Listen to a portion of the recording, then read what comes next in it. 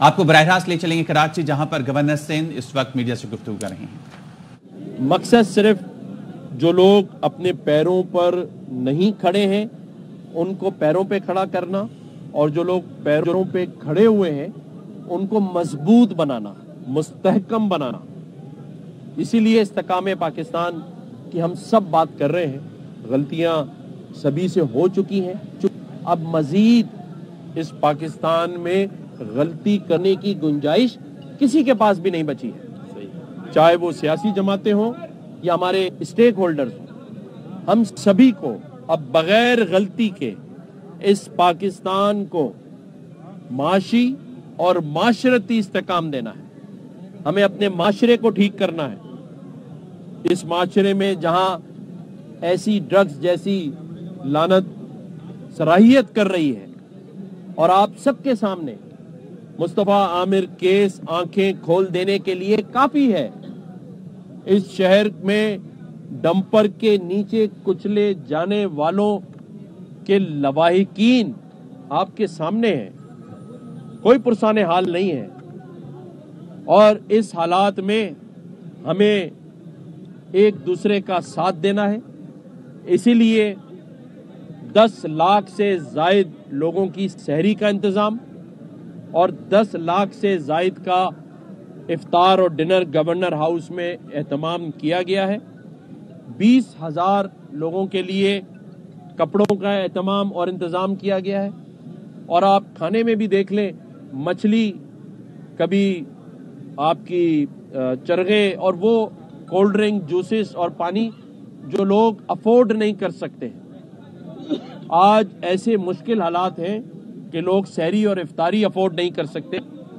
ان حالات میں اللہ تعالیٰ نے یہ توفیق دی ہے، اور یہ میں اپنے میڈیا کے دوستوں کے سامنے ایک بات بڑی واضح کر دینا چاہتا ہوں کہ گورنر ہاؤس کے تمام تر انیشیٹوز، چاہے وہ کرکٹ ٹیم کو 1 کروڑ دینا ہو، چاہے 50,000 بچے پڑھ رہے ہوں، چاہے 10 لاکھ لوگوں کا افطار ڈنر ہو، چاہے فائر ورکس ہو، کوئی بھی چیز گورنمنٹ آف پاکستان اور گورنمنٹ آف سندھ کے یا ٹیکس کر کے پیسوں سے نہیں ہوتی۔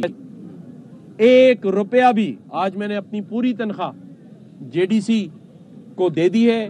اس سے پہلے میں نے اپنی پوری تنخواہ سیلانی کے بشیر فاروقی صاحب کو دی تھی۔ یہ مقصد یہ بتانا اس لیے ہے کہ میرے سوشل میڈیا پہ میرے کچھ دوست یہ بات لکھتے ہیں کہ گورنر صاحب آپ ٹیکس کے پیسوں سے یہ کام کر رہے ہیں۔ تو میں نے بتا دیا 1 روپیہ بھی ٹیکس کے پیسے کا نہیں ہے۔ 2.5 سالوں میں نے 1 روپے کی تنخواہ نہیں لی، اور دعوے جو کیے گئے تھے کہ ہم گورنر ہاؤس میں یونیورسٹیز بنا دیں گے، کسی اور کے دعوے تھے، دیواریں گرا دیں گے۔ آج 24 گھنٹے گورنر ہاؤس کا دروازہ کھلا ہوا ہے، آپ میڈیا کے سارے دوست گواہ ہیں، آپ خود دیکھ کر آئے۔ بالکل 50,000 بچے پڑھ رہے ہیں، 10 لاکھ لوگوں کے افطار ڈنر کا اہتمام ہے، اور راشن کی تقسیم 9 لاکھ سے زائد راشن الحمدللہ لوگوں میں تقسیم ہو چکا ہے۔ تنخواہ کا چیک میں نے ابھی بتایا ہے ظفر عباس بھائی کو، میڈیا کو، کہ ہم نے دیا ہے۔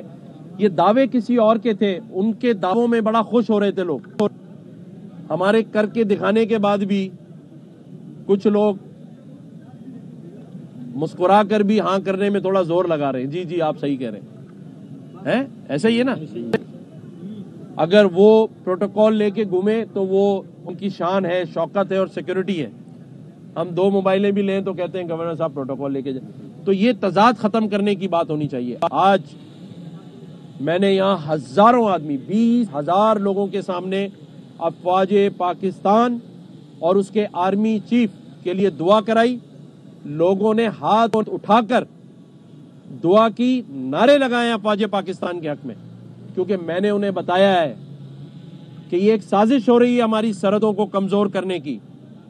یہ کروڑوں ڈالرز کی فنڈنگ ہے کہ ایک ایسا نیریٹو بنایا جائے افواج پاکستان کے لیے کہ پھر ہماری سرحدیں بھی اللہ نہ کرے فلسطین، عراق، شام اور لبنان کی طرف نہ ہو جائیں، اور ایک ایٹمی طاقت ملک محتاج ہو جائے دوسروں کا۔ یہ ہم نہیں ہونے دیں گے۔ یہ 50 لوگ ہی رہ جائیں گے، باقی پورا پاکستان افواج پاکستان کے ساتھ، استحکام پاکستان کے ساتھ،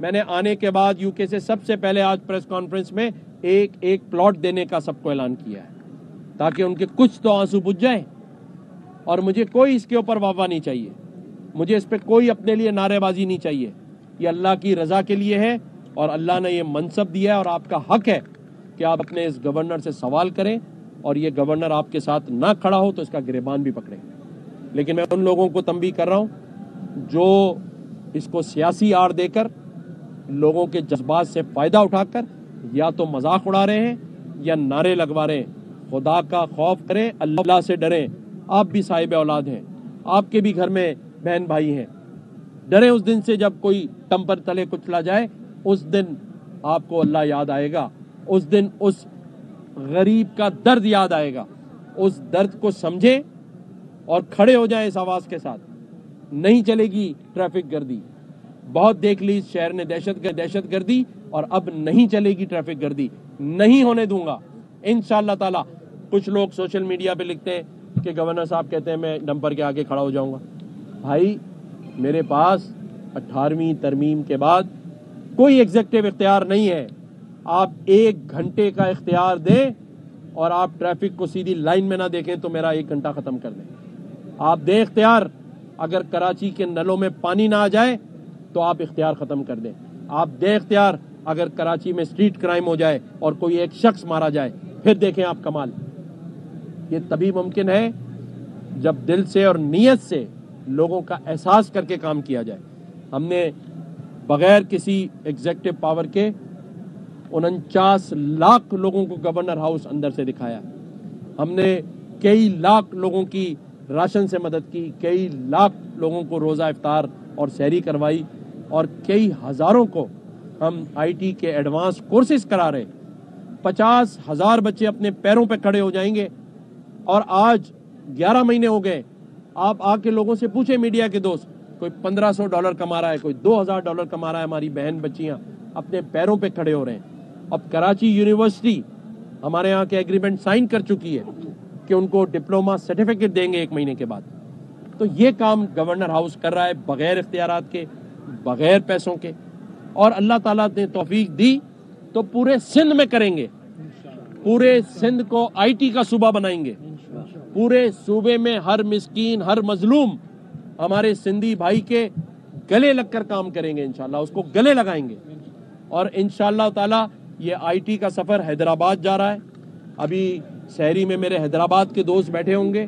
انشاءاللہ تعالیٰ ان قریب, بس کچھ دنوں اور مہینوں کی بات ہے کہ IT حیدرآباد میں کراچی کی طرز پہ کھلنے جا رہا ہے. اور اس میں ہم علی شیخانی بھائی کو بھی تکلیف دیں گے, حمزہ تبانی بھائی کو بھی تکلیف دیں گے کہ یہ بھی ہمارے ساتھ اس میں 50,000 بچوں نے کوالیفائی کیا ہوا ہے. ہم